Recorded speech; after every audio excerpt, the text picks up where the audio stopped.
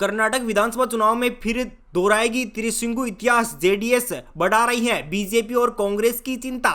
जी हां दोस्तों, दक्षिणी भारत राज्य कर्नाटक का चुनाव दिलचस्प होने के आसार हैं। इसकी वजह है 2004, 2008, 2018 चुनाव के नतीजे, जब राज्य में त्रिशंकु सभा रही थी। अब राज्य में भी इस तरह की स्थिति यानी कि 2023 में स्थिति बनती नजर आ रही है और सत्ताधारी भारतीय जनता पार्टी कांग्रेस दोनों ही तीसरे दल जनता यूनाइटेड को रोकने के पूरे प्रयास कर रही है। विस्तार से समझने के लिए इस वीडियो को आप अंत तक देखिए, जिससे आपको पता चल जाएगा कि आने वाले विधानसभा चुनाव में किसकी बनने जा रही है सरकार। जी हाँ दोस्तों, कहा जा रहा है कि भाजपा और कांग्रेस दोनों ही दल समझ रहे हैं कि 224 सीटों वाले कर्नाटक में बहुमत हासिल करने का एक ही रास्ता जेडीएस की रफ्तार को रोकना।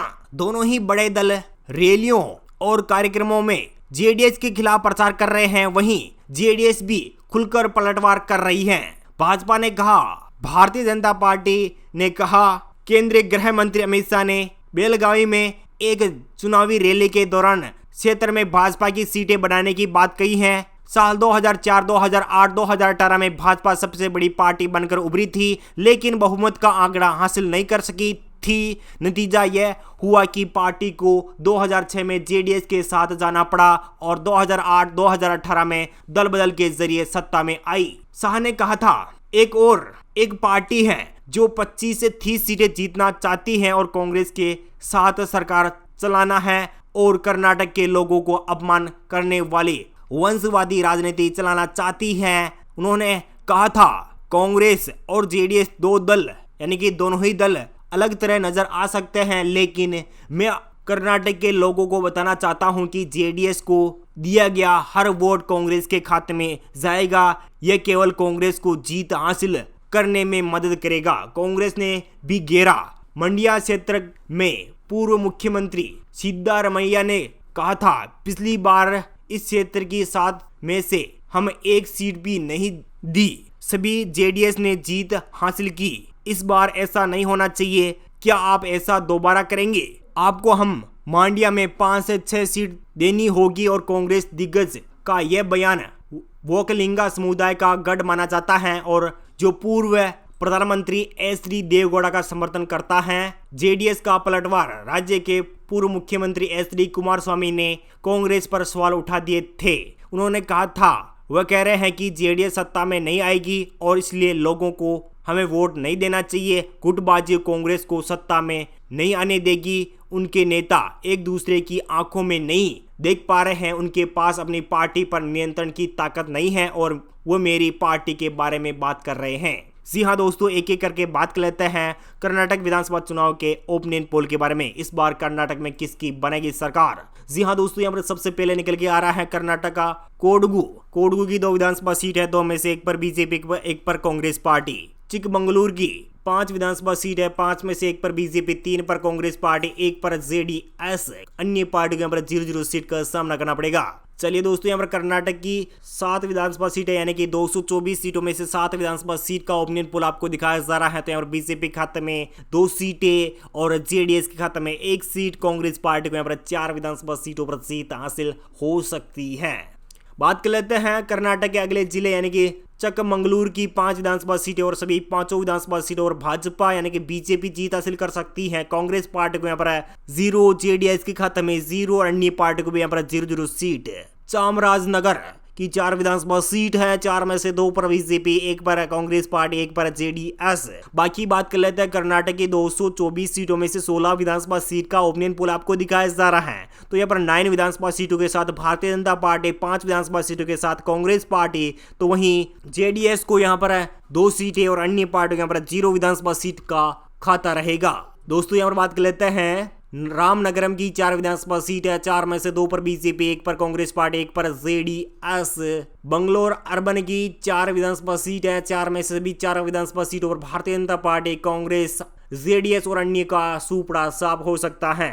जी हाँ दोस्तों, कर्नाटक की 224 सीटों में से 24 विधानसभा सीट का ओपिनियन पोल आपको दिखाया जा रहा है। तो यहाँ पर 15 विधानसभा सीटों पर बीजेपी, 6 विधानसभा सीटों पर कांग्रेस पार्टी, 3 विधानसभा सीटों पर जेडीएस, अन्य पार्टियों के यहाँ पर 0-0 सीट। कर्नाटक के अगले जिले यानी कि गदग की 4 विधानसभा सीट है, 4 में से 3 पर बीजेपी, 1 पर कांग्रेस पार्टी। यादगीर की 4 विधानसभा सीट है, 4 में से सभी चारों विधानसभा सीट का ओपिनियन पोल आपको दिखाया जा रहा है। तो यहाँ पर भारतीय जनता पार्टी को 2 सीटें, कांग्रेस पार्टी को 1 सीट, जेडीएस की खत्म 1 सीट जा सकती है।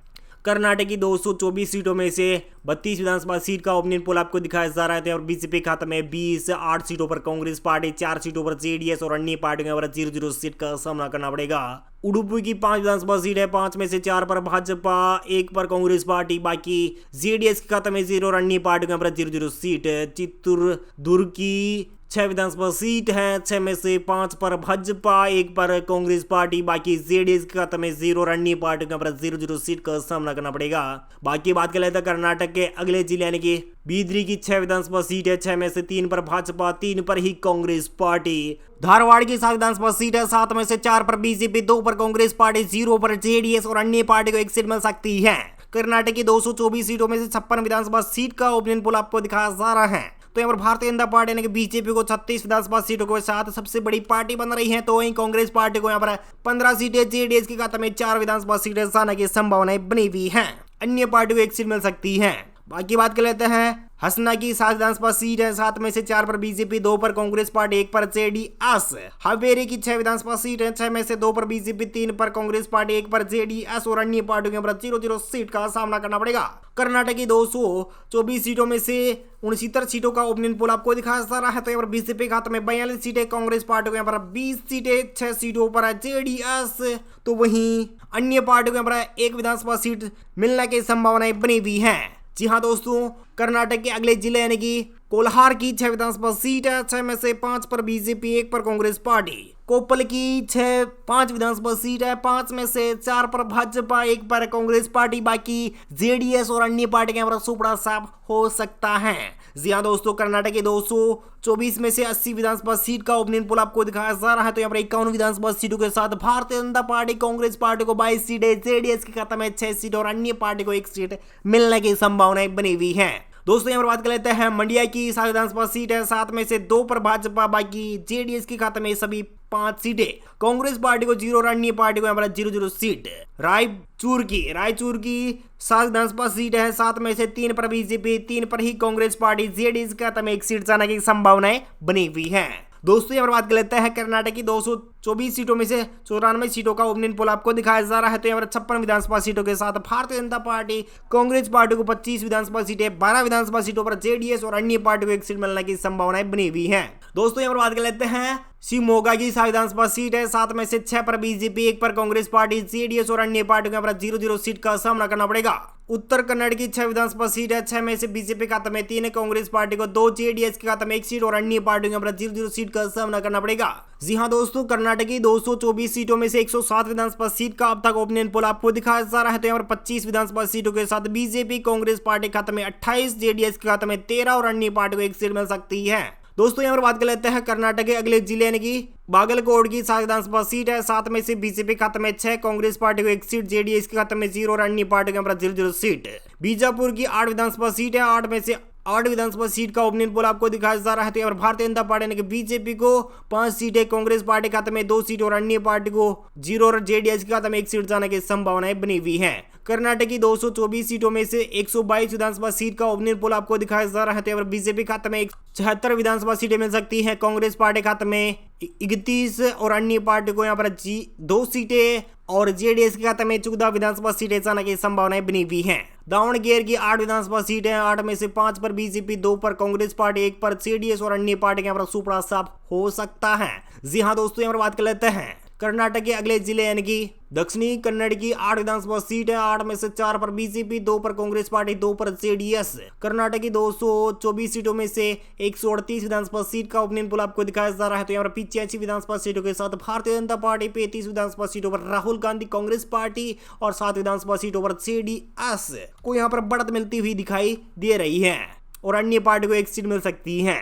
दोस्तों यहाँ पर बात कर लेते हैं बेलारी की 9 विधानसभा सीट है, 9 में से 6 पर बीजेपी, 3 पर कांग्रेस पार्टी, जेडीएस के खाते में 0 और अन्य पार्टी के 0-0 सीट। गुलबर्ग की 9 विधानसभा सीट है, 9 में से 5 पर बीजेपी, 2 पर कांग्रेस पार्टी, 2 पर ही जेडीएस और अन्य पार्टी का सुपड़ा साफ हो सकता है। कर्नाटक की 224 सीटों में से 156 विधानसभा सीट का ओपिनियन पोल आपको दिखाया जा रहा है। तो यहाँ पर 96 सीटों पर भाजपा, कांग्रेस पार्टी को यहाँ पर 40 सीटें, 19 सीटों पर जेडीएस और अन्य पार्टियों पर एक विधानसभा सीट जीतने का मौका मिल सकता है। मैसूर की 11 विधानसभा सीट है, 11 में से 5 पर बीजेपी, 2 पर कांग्रेस पार्टी, 4 पर जेडीएस और अन्य पार्टी का सुपड़ा साफ हो सकता है। तुमकुर की 11 विधानसभा सीट है, 11 में से सभी 11 विधानसभा सीट का ओपिनियन पोल आपको दिखाया जा रहा है। तो यहाँ पर बीजेपी खाते में 5, कांग्रेस पार्टी खाते में 4 और जेडीएस खाते में 1 और अन्य पार्टी को 1 सीट मिलने की संभावनाएं बनी हुई है। कर्नाटक की 224 सीटों में से 178 विधानसभा सीट का ओपिनियन पोल आपको दिखाया जा रहा है। तो यहाँ पर 178 सीटों में से 106 विधानसभा सीटों पर भारतीय जनता पार्टी, 6 सीटों पर यानी कि 106 सीटों के साथ भारतीय जनता पार्टी, कांग्रेस पार्टी खाते में 46, 24 सीटों पर जेडीएस और अन्य पार्टी खाते में 2 सीटें जाने की संभावनाएं बनी हुई है।